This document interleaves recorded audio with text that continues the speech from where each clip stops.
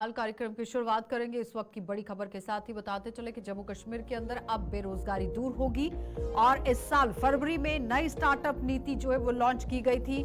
लेकिन बताते चले कि 753 स्टार्टअप बच्चे पंजीकृत हुए हैं, जिनमें से 265 सिर्फ और सिर्फ लड़कियां हैं और जम्मू कश्मीर को 1.10 लाख करोड़ रुपए की यहाँ औद्योगिक प्रस्ताव जो है वो मिल गए हैं। एलजी की तरफ से ये बड़ी बातें बताई गई हैं।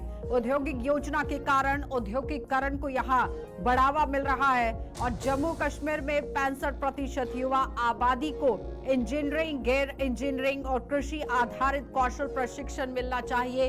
इस तरह से बड़ी बातें एलजी की तरफ से की गई और स्टार्टअप के लिए यहाँ पर बच्चों को प्रेरित करना एक बड़ी चुनौती है। बताते चले कि स्टार्टअप का हब जम्मू कश्मीर बन रहा है। सरकार की तरफ से बड़ा दावा, 70 स्टार्टअप्स यहां पर जम्मू सेक्टर में करीब जुड़े हुए हैं, जो कि खेती से जुड़े हुए हैं। और अगर पिछली आजादी के बाद की बात करें तो 50 से 60 साल देखे गए हैं, जिसमें 10 सालों में अब तक आसमान जमीन का अंतर देखा गया है। उसके साथ ही आप देखिए गृह मंत्रालय की ओर से यहाँ राज्यसभा में निवेश की जानकारी भी दी गई थी, जिसमें गृह मंत्रालय की जानकारी के अनुसार अगर हम बात करें तो साल 2019-20 में जम्मू कश्मीर में 296.64 करोड़ रुपए, साल 2020-21 में 412.74 करोड़ रुपए और साल 2021-22 में 376.76 करोड़ रुपए, साल 2022-23 में 2153.45 करोड़ रुपए और साल 2023-24 में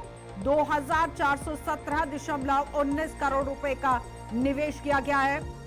ये सरकार की तरफ से बड़े दावे पेश किए गए हैं और राज्यसभा में जानकारी दी गई है। तो ऐसे में अगर 2019 से 2023 की तुलना की जाए तो ये निवेश करीब 10 गुना ज्यादा बढ़ गया है। जो निवेश आप देखिए 296 करोड़ था वो 2417 करोड़ हो गया है। लेकिन इस वक्त की बड़ी अपडेट आपके सामने है, जहां पर एलजी बड़ी बातें वह कह रहे हैं कि यहां जम्मू कश्मीर को 1.10 लाख करोड़ रुपए के औद्योगिक प्रस्ताव मिल गए हैं और आने वाले समय में युवाओं को काफी तरीके से इसका फायदा होगा। तो चलिए पैनल की ओर बढ़ जाएंगे, सीधा रुख करेंगे। बीजेपी से बलदेव सिंह बलोरिया हमारे साथ हैं, निसार अहमद हैं हमारे साथ, युवा हैं, आपका स्वागत। और दिनेश मल्होत्रा हैं, वरिष्ठ पत्रकार हैं, आपका भी स्वागत। व्यवसायी बिजनेसमैन पवन गुप्ता जी हमारे साथ जुड़े हुए हैं, आपका भी स्वागत। सबसे पहले तो निसार में आप ही के पास आऊंगी, काफी तरीके से स्ट्रगल भी आप लोगों ने किया, एक युवा है और जिस तरह से सरकार की तरफ से दावा पेश किया गया है कि स्टार्टअप्स को लेकर युवाओं को लुभाने की कोशिश, युवाओं को इस तरफ मोल्ड करने की कोशिश की जा रही है, किस तरह से इस पूरे बयान को देख रहे हैं? क्योंकि जम्मू कश्मीर को 1.10 लाख करोड़ रुपए के औद्योगिक प्रस्ताव मिले हैं। निसार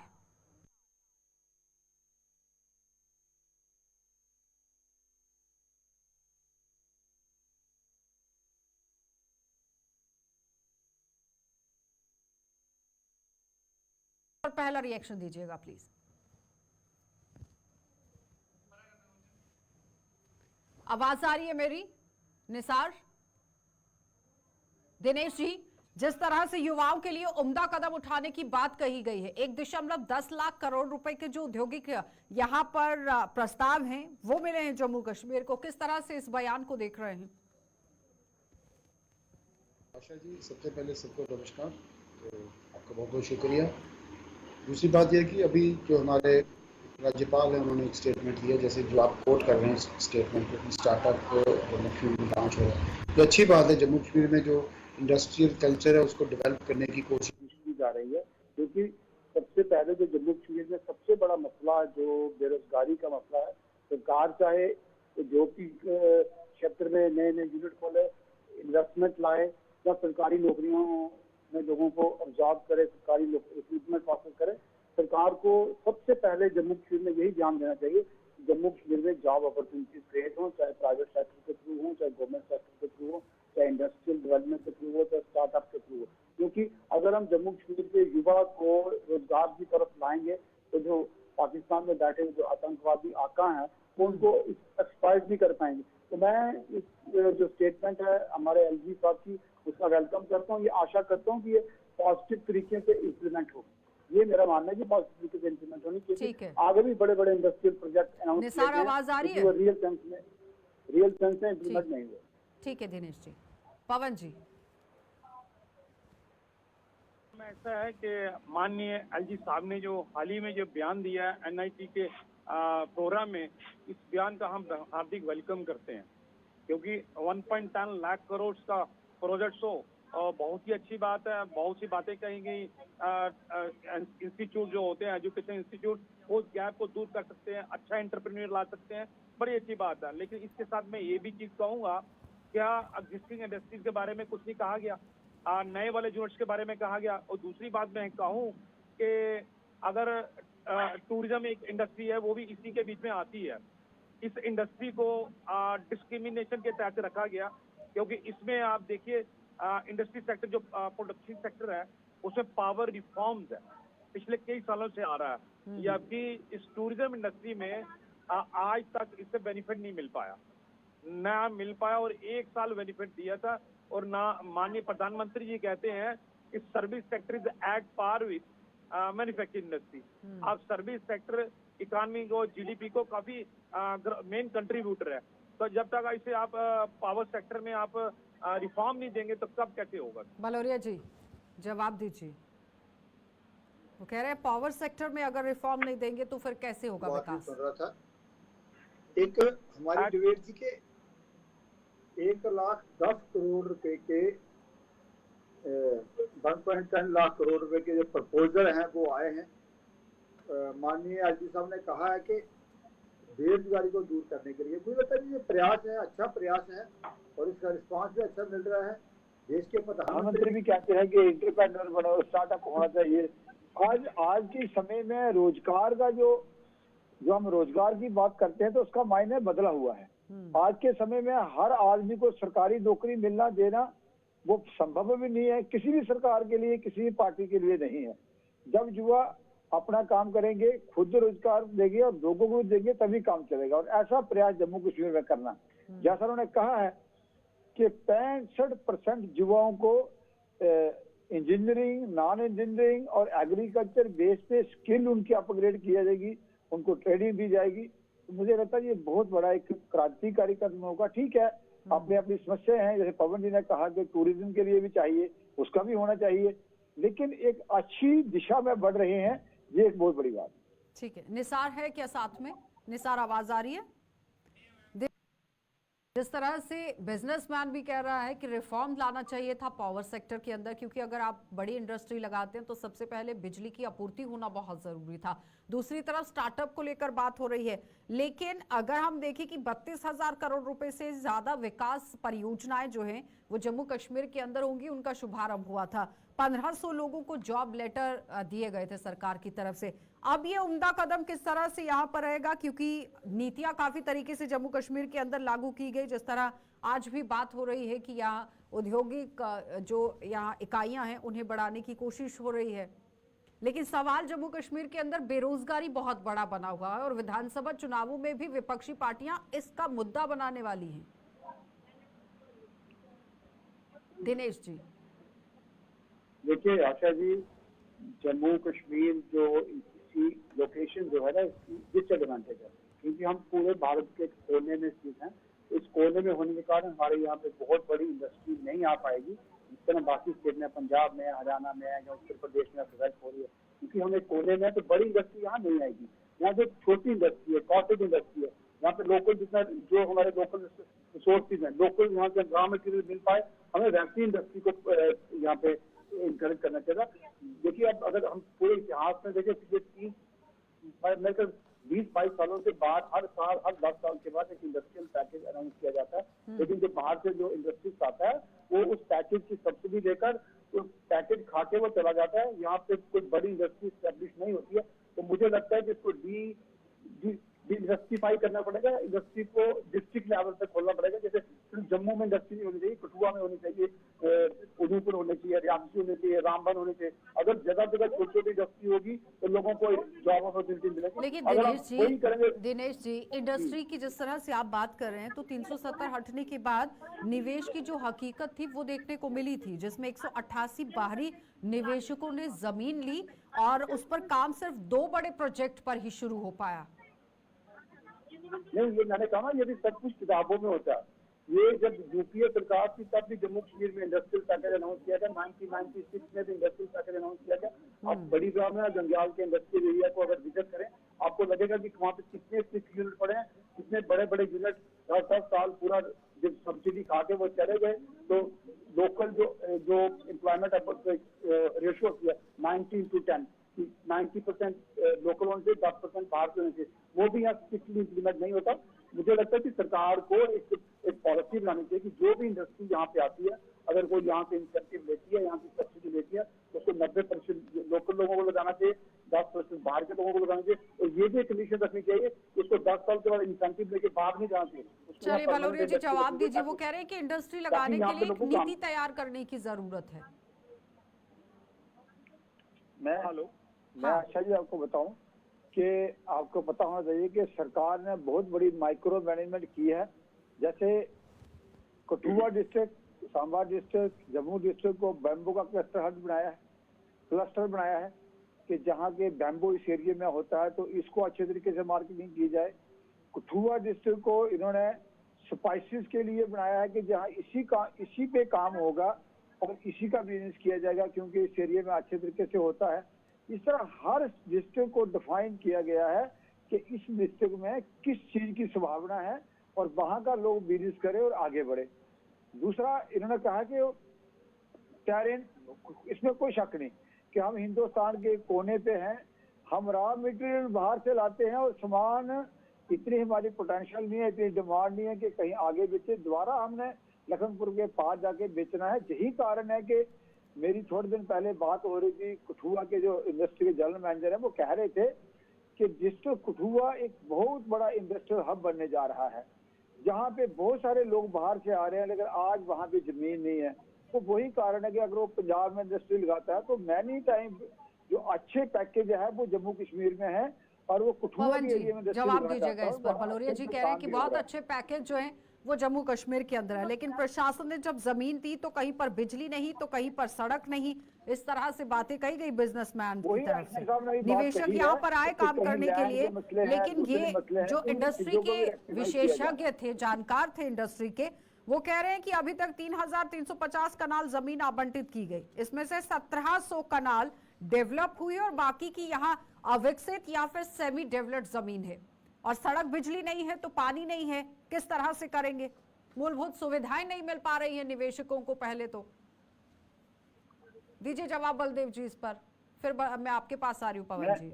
मैं बिल्कुल ठीक कह रहा हूँ कि जम्मू कश्मीर स्टेट एक ऐसी स्टेट है कि जहाँ पे जो इन्होंने कोई भी हमारे जहाँ जमींदार या जमीन का मालिक ऐसा नहीं होगा जिसके पास 100 कनाल से ऊपर जमीन होगी, क्योंकि वहाँ एक कानून था जो एक 81 कनाल से ऊपर कोई होगा नहीं। आज से बड़े पहले 71 के कानून के तहत जो मालिक थे उनकी जमीनें निकल गई हैं। छोटे छोटे जो मालिक हैं जमीनों के, उनसे जमीन एक्वायर करना लेना एक बहुत बड़ा चैलेंज वाला काम है, फिर भी ये काम कर रहे हैं। आपको पता होना चाहिए कि बिजली का इंफ्रास्ट्रक्चर जो था 2014 से पहले कितनी बुरी हालत में था, आज इसको बड़े अच्छे तरीके से डेवलप हुआ है। प्रॉब्लमें हैं, दिक्कतें हैं, लेकिन ये नहीं है कि कुछ हो नहीं सकता। इसके ऊपर बड़ा तेजी से काम हो रहा है। आपको पता होना चाहिए कि बिजली का ढांचा कितने अच्छे तरीके से और कितनी तेजी से, अभी हजारों करोड़ रुपए अभी इसके लिए। दिनेश जी छोटा सा कमेंट कीजिएगा प्लीज बिजली के ढांचे पर। देखिए बिजली के ढांचे के लिए आप इंडस्ट्रियल अगर बलदेव जी जानते हैं, अगर इंडस्ट्री में काम करें, लोगों से बात करें तो वो कह रहे हैं कि थोड़ी सी इम्प्रूवमेंट हुई है, लेकिन जिस तरह से इंडस्ट्री को पावर सप्लाई होनी चाहिए अभी ये थोड़ी प्रॉब्लम है, अभी टाइम लगेगा पूरा। अगर पावर इंफ्रास्ट्रक्चर इंप्रूव होता है फिर इंडस्ट्री यहाँ आएगी, क्योंकि आपको एक मास्टर क्रिएट करना था, रो इंडस्ट्री एक मास्टर क्रिएट करना है, आपको सिंगल विंडो सिस्टम लाना है। अभी भी यहाँ नौकरशाही इतनी जबरदस्त है कि आपने एक इंडस्ट्री लगानी है, आप थक जाओगे, आपको एनओसी इतनी एनओसी देना पड़ती है। तो सरकार अभी उस तरह का मास्टर नहीं क्रिएट कर, अरे औपचारिकताएं नहीं पूरी कर पा रहा है एक बिजनेसमैन। रुकेंगे। हाल आपने देखा कि एलजी की तरफ से ये कहा गया कि 753 स्टार्टअप बच्चे जो है वो पंजीकृत हुए हैं स्टार्टअप के अंदर, जिसमें 265 सिर्फ और सिर्फ लड़कियां हैं। पवन जी आप ही के पास आऊंगी।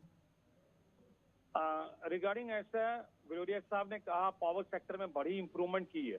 मुझे एक बताएं, हम स्मार्ट सिटी में रह रहे हैं, स्मार्ट सिटी में दो चीजें ऐसी बेसिक नेसेसिटी है, एक पावर और दूसरा पानी।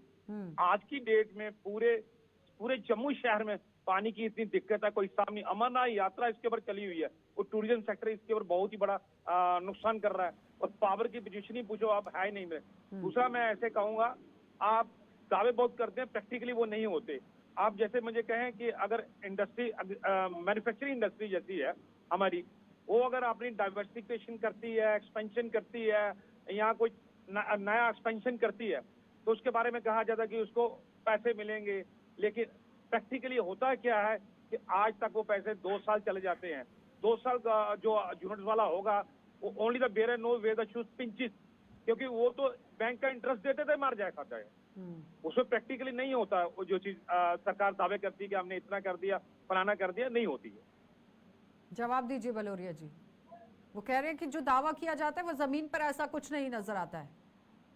पवन जी ने कहा कि बिजली का ढांचा बड़ी बुरी हालत है। पवन जी, हमने बहुत दिन देखे हैं कि जब एक घंटा लाइट आती थी और 2 घंटे बंद रहती थी, जम्मू शहर की लाइट नहीं होती थी, एक ट्रांसफार्मर डैमेज होता था, हमें धरने देना पड़ते थे रोड पे आके, तब तीसरे दिन जाके कहीं ट्रांसफार्मर आता था। हमने बहुत दिन भी देखे हैं। मैं उन दिनों की बात कर रहा हूँ कि आज के दिन में जो इलेक्ट्रिसिटी है उसका अपग्रेड हुआ है। मैं नहीं कहता कि सब कुछ ही ठीक हो गया है, लेकिन इम्प्रूवमेंट हो रही है। क्या पानी की बात कर रहे हो दिनेश जी? सर ऐसा है, आप स्मार्ट मीटर लगे हुए हैं। पानी स्मार्ट मीटर लगने के वक्त, जितना स्मार्ट मीटर लगने के वक्त सर बलोरिया साहब स्मार्ट लिखने के बाद कहा था 24 घंटे पावर होगी हमारे पास, 24 घंटे पावर होगी। नहीं है स्मार्ट सिटी में पावर है। दिनेश जी, 11 महीने पहले एक रिपोर्ट आती है और एक बात कही जाती है, जो दिक्कत है आपने सुना बिजनेसमैन भी कह रहे हैं कि किस तरह से इंडस्ट्री को लेकर काम चल रहा है, स्टार्टअप को लेकर एलजी यहाँ बात कर रहे हैं, लेकिन बीजेपी के प्रवक्ता भी अपनी तरह से बात रख रहे हैं। वो कह रहे हैं काम करने की कोशिश की जा रही है। ठीक है बलोरिया जी, दिनेश जी, लेकिन जो नई इंडस्ट्रियल पॉलिसी आई है उसके तहत जम्मू कश्मीर में 1853 लोगों को जमीन आवंटित की जा चुकी है अभी तक, जो ये प्रशासनिक आंकड़े बता रहे हैं। उनमें से 26,650 करोड़ के निवेश का प्रपोजल दिया गया और इनमें 188 बाहर के थे और 1665 स्थानीय हैं। 188 जो बाहरी लोग हैं उन्होंने 14,801 करोड़ रुपए का निवेश प्रस्ताव दिया और उसके साथ 1,665 स्थानीय लोगों ने 11,849 करोड़ के जो निवेश प्रस्ताव हैं वो दिए। लेकिन जो नई नीति बनाई गई उसका भी कितना फायदा जम्मू कश्मीर के अंदर हुआ, ये बड़ा सवाल है। मुझे लगता है कि ज्यादा जो सरकार जो इतने बड़े बड़े आंकड़े पेश कर रही है, सरकार को पहले ये देखना चाहिए कि हमारी 6 यूनिट कितनी है, उनको रिवाइव करने का कितना प्रयास किया जाए और इंडस्ट्री कौन सी आ रही है। जैसे असल आपको पता है कुछ दिन पहले, कुछ साल पहले सांबा में इन्होंने पेस्टिसाइड की इंडस्ट्री लगाई थी जो पूरे देश भर में, जिसको बैन किया गया था। उस पेस्टिसाइड की इंडस्ट्री के कारण पूरे सांबा के जो नीचे वाले इलाके हैं वहाँ पे पूरी इकोलॉजी खराब हो गई थी। हाँ। तो इसलिए सरकार पहले ये क्लियर करेगी किस तरह की इंडस्ट्री ला रहे हैं। जैसे फूड में, जैसे जो एग्रीकल्चर में इंडस्ट्री है, जम्मू कश्मीर बाहर से इतना मीट और चिकन एक्सपोर्ट करता है, जम्मू कश्मीर बाहर से मिल्क एक्सपोर्ट करता है, लेकिन सरकार बड़े बड़े दावे कर रही है। सरकार अगर पहले ये इंडस्ट्री लगाए, गांव में अगर डेयरी को और पोल्ट्री प्रोडक्शन को इंकरेज किया जाए तो ये इंडस्ट्री ज्यादा अच्छी है। बड़ी बड़ी इंडस्ट्री लगाओगे 7 साल वो सारे इंसेंटिव लेकर, सब्सिडी लेकर फिर भाग जाएंगे जैसे फायदा हुआ, तो मुझे नहीं लगता इसका कोई फायदा होगा। सरकार को पूरा इसको ना मतलब डिसेंट्रलाइज करना पड़ेगा, पूरे टाउन में जाकर इंडस्ट्री लगाना चाहिए, ऐसी इंडस्ट्री को सस्टेन करे। सवाल तो यहाँ पर ये था ना दिनेश जी कि जो हमारे पास डॉक्यूमेंट्स आते हैं, जहाँ हम जो रिपोर्ट्स पढ़ते हैं वही पढ़कर सुनाएंगे और उस पर ही चर्चा करेंगे ना।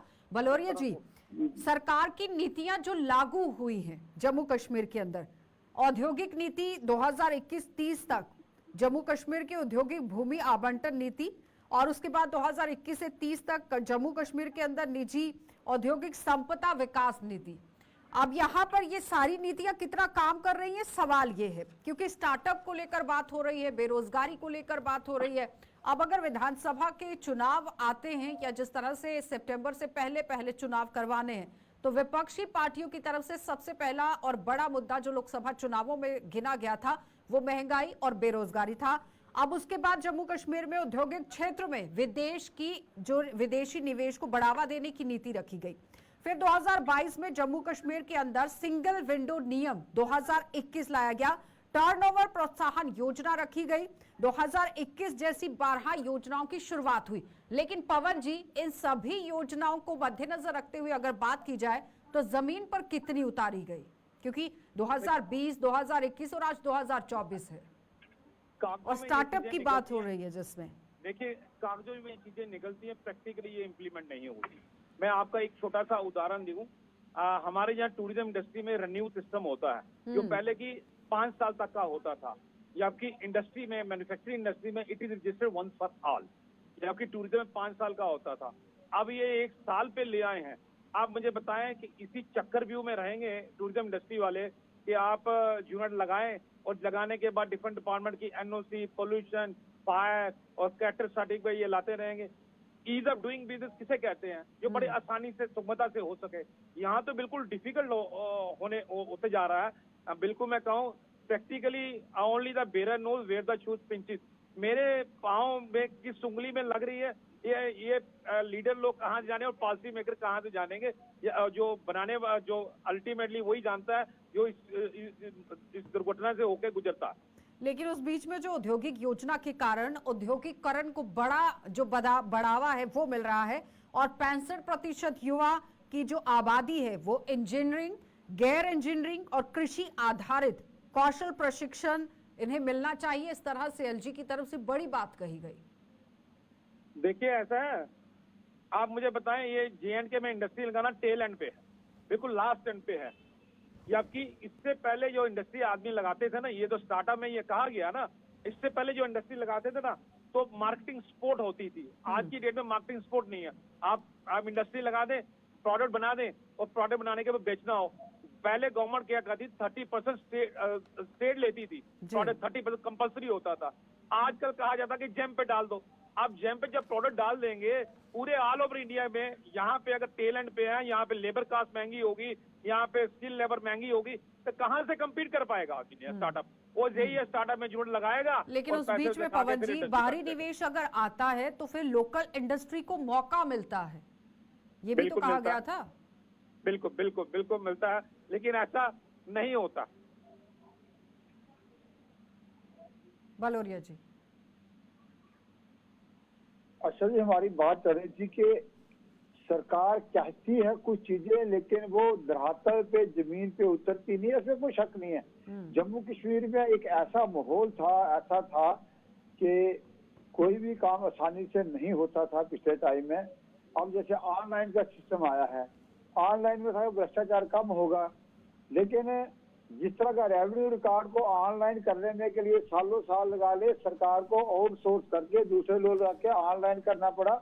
आज भी वो सही तरीके से काम नहीं चल रहा है। इससे हमें सरकार की मंशा पे शक नहीं करना चाहिए। देश के प्रधानमंत्री हैं, चाहे वो हमारे एलजी साहब हैं, जब प्रशासन है, लेकिन इसी प्रशासन में कुछ ऐसे लोग बैठे हैं जो सरकार की नीतियों को, सरकार की जो लोगों को फायदा होने वाली चीजें हैं उनको लोगों तक पहुंचने नहीं देते, उनमें अड़ंगा लगाते हैं। ये बात हम भी देखते हैं, प्रैक्टिकली देखते हैं। पवन जी ने कहा इंडस्ट्री की बात कही, मैं कह रहा हूँ वही तो हुआ है जो घर घर गांव गांव की बात दिनेश जी ने कही। डेयरी प्रोडक्ट के लिए इतना बड़ा काम जम्मू कश्मीर में हुआ है। वो कह रहे हैं कि सरकार की तरफ से तो कदम उठाए गए के लिए 50,000 और चीजों को सही करने में समय लगता है, धीरे धीरे सब काम चल रहा है। पे जाके आप किसी हलवाई ठीक है बलोरिया जी, आज की डेट में गर्मियों में दूध की कमी जम्मू शहर में नहीं होती, इसलिए नहीं होती कि सरकार ने बहुत बड़ा बूस्ट दिया है लोगों को। दीजिए जवाब दिनेश जी। वो कह रहे हैं सरकार ने बूस्ट तो दिया है बहुत बड़ा।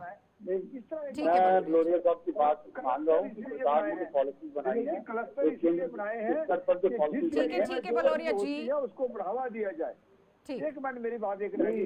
दूसरा, जम्मू के यूथ को समझना होगा कि जैसे आपने कहा कि 90% जहाँ का लोकल लगाया जाए। अगर आप इंडस्ट्री में जाते हैं तो जहाँ पे स्किल्ड जो यूथ है वो नहीं मिलता। ठीक है बलोरिया जी, समय का अभाव है बलोरिया जी। दिनेश जी कम शब्दों में जल्दी से कहिएगा। देखिए, मैं बलोरिया जी की बात को आगे एग्री करता हूँ कि सरकार ने पॉलिसी बनाई है, लेकिन वो पॉलिसी इम्प्लीमेंट नहीं हो रही। आप गांव में जाकर लोगों को पूछो कि आपको सरकार ने जो डेयरी की स्कीम बनाई है उसमें 5 एनिमल की यूनिट मिलती है, 50% सब्सिडी मिलती है। अभी तक लोगों को पता है, कई ऐसे लोग हैं जिन्हें जागरूकता ही नहीं है। बहुत बहुत धन्यवाद दिनेश जी, बलोरिया जी धन्यवाद, पवन जी आपका भी धन्यवाद। तो फिलहाल आपने देखा कि इन्वेस्टमेंट को लेकर बात हो रही है और साथ ही साथ बिजनेस को लेकर, स्टार्टअप को लेकर। लेकिन बताया यह जा रहा है कि सरकार की तरफ से जो भी पॉलिसी स्कीम्स लाई जा रही है, पहले आम जनता को जागरूक करने की जरूरत है कि आखिर कौन कौन सी स्कीम्स है। आप देखते रहिए कार्यक्रम।